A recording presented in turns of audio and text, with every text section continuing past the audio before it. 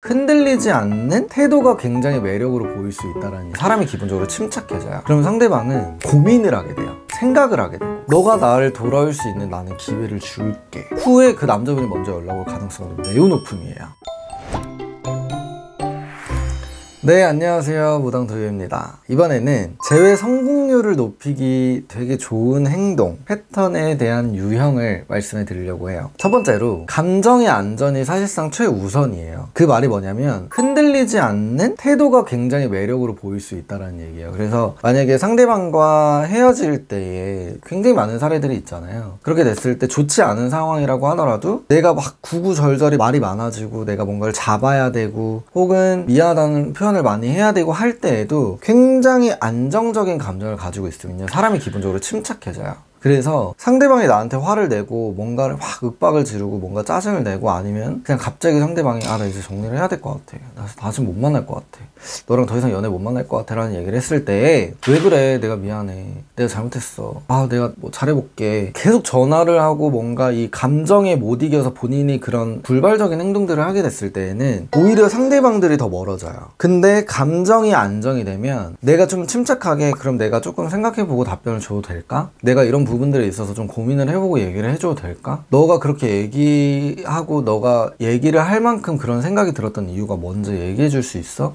이런 식으로 내가 한 발짝 뒤에 물러나서 상대방한테 얘기를 하잖아요. 그럼 상대방은 고민을 하게 돼요. 생각을 하게 되고. 그럼 나한테 뭔가를 얘기를 해줄 때 이 사람도 고민이라고 생각을 해서 얘기를 한단 말이에요. 그랬을 때 내가 온전하게 그거를 다시 좀 받아들일 수 있는 상황이 된단 말이에요. 상대방이 길게 만약에 카톡이 왔어요. 그럼 내가 그걸 읽어보고 이 부분 납득이 되는구나, 그럴 수 있겠네, 너가 그런 생각이 들 수 있었겠다, 너가 그렇게 생각이 들었었다면 진짜 미안해, 내가 너가 그렇게까지 생각할 거라고는 미처 생각하지는 못했어, 정말 미안하다, 근데 너가 정말 헤어지고 싶은 마음이 진심이라면 알겠다, 나도 그럼 그렇게 응하겠다, 근데 나는 아직까지 마음이 남아있고 난 아직까지 너를 많이 사랑하고 있는 것 같아 라는 부분에 대한 걸 침착하게 좀 남겨놓고 정리가 되잖아요. 그러면 후에 그 남자분이 먼저 연락 올 가능성도 매우 높음이에요. 그렇기 때문에 어떻게 보면 내가 먼저 잡으려고 하지 마시고 상대방이 나를 잡게 만드셔라 라는 포인트가 굉장히 중요한 포인트입니다 라는 부분인 거고, 두 번째로는 관계 재구축은 유도지 협박이 아니에요. 너 진짜 나랑 헤어진 후회 안 할 자신 있어? 너 진짜 내가 이렇게까지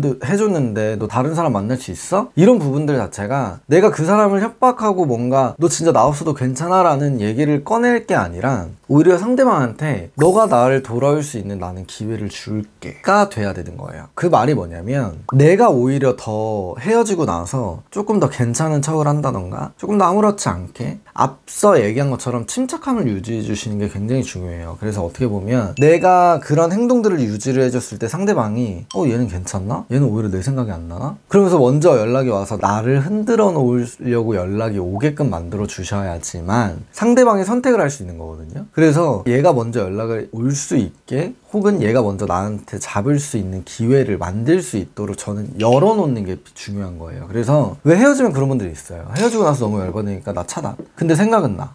풀어볼까? 어떻게 해볼까? 다른 사람 핸드폰으로 한번 얘 카톡 봐볼까? 이게 아니라 그냥 차단하지 마세요. 아무리 본인이 열받고 스트레스를 받는다고 하더라도 상대방은 냅두세요.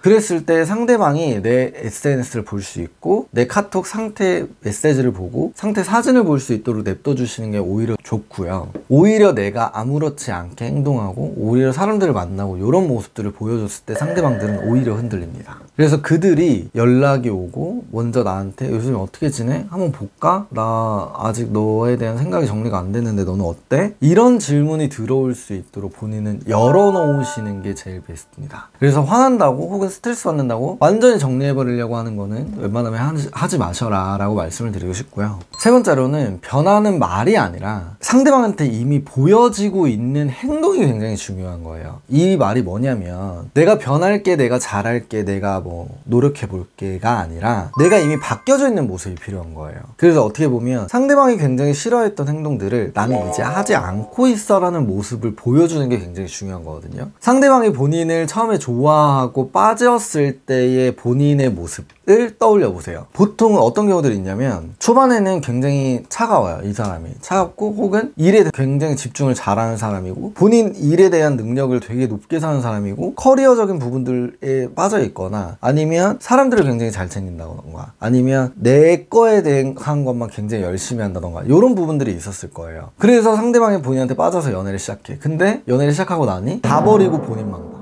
일해야 되는데 이거 제쳐놓고 본인만 봐. 친구들 만나던 사람이고 다 같이 놀던 게 좋았는데 연애하고 나니까 친구들 다 같이 만난 거 싫어하고 우리 둘만 있었으면 좋겠을 때 이런 부분들이 오히려 상대방이 볼 때는 좀 질리는 행동이 될 수가 있어요. 바뀌었거든. 내가 좋아해서 빠져든 사람이 아니거든요. 그렇기 때문에 재회에 있어서도 상대방이 원하고 싫어했던 부분들, 하지 말라고 했던 부분들이 나 이제 바뀌었어, 바뀔 게가 아니라 난 이미 바뀌어 있어. 너가 얘기해줘서 너무 고마워. 내가 이제는 그런 행동들을 하지 않고 살아갈 수 있게 된 것 같아 라는 모습을 간접적으로 보여주시는 게 굉장히 중요한 거예요. 상대방들은 헤어지고 나서 나는 헤어지고면 다시 재회는 안 하는 스타일이야 라고 말은 하지만 정말 많아요. 그런 분들이. 그렇지만 생각은 납니다. 그랬을 때 그 사람을 들여다봤을 때 바뀌어 있잖아요. 흔들려요. 아 그래 얘가 원래 이런 애가 맞았지 라는 생각이 들어요. 그러면 흔들립니다. 그렇게 해서 흔들어 놓는 거예요 여러분. 그래서 이렇게 하시는 분들이 재회의 성공률이 굉장히 높아요. 뭐 부적을 하고 뭐 치성을 하고 뭐 이런 걸 다 떠나서 인간이 할 수 있는 영역이라는 게 있고 무당으로 쌀 수 있는 영역이라는 게 있잖아요. 그렇게 봤을 때 인간으로 쌀 수 있는 영역을 잡아주시는 분들이 재회를 굉장히 많이 하십니다 라는 얘기를 드리고 싶어서 이렇게 영상을 찍게 됐습니다. 앞서 말씀드렸던 행동들을 좀 생각을 해보시고 본인이 고칠 수 있는 부분이 있다면 한번 해보시는 걸 추천해드리고 싶어요. 지금까지 무당 도유였고요. 감사합니다.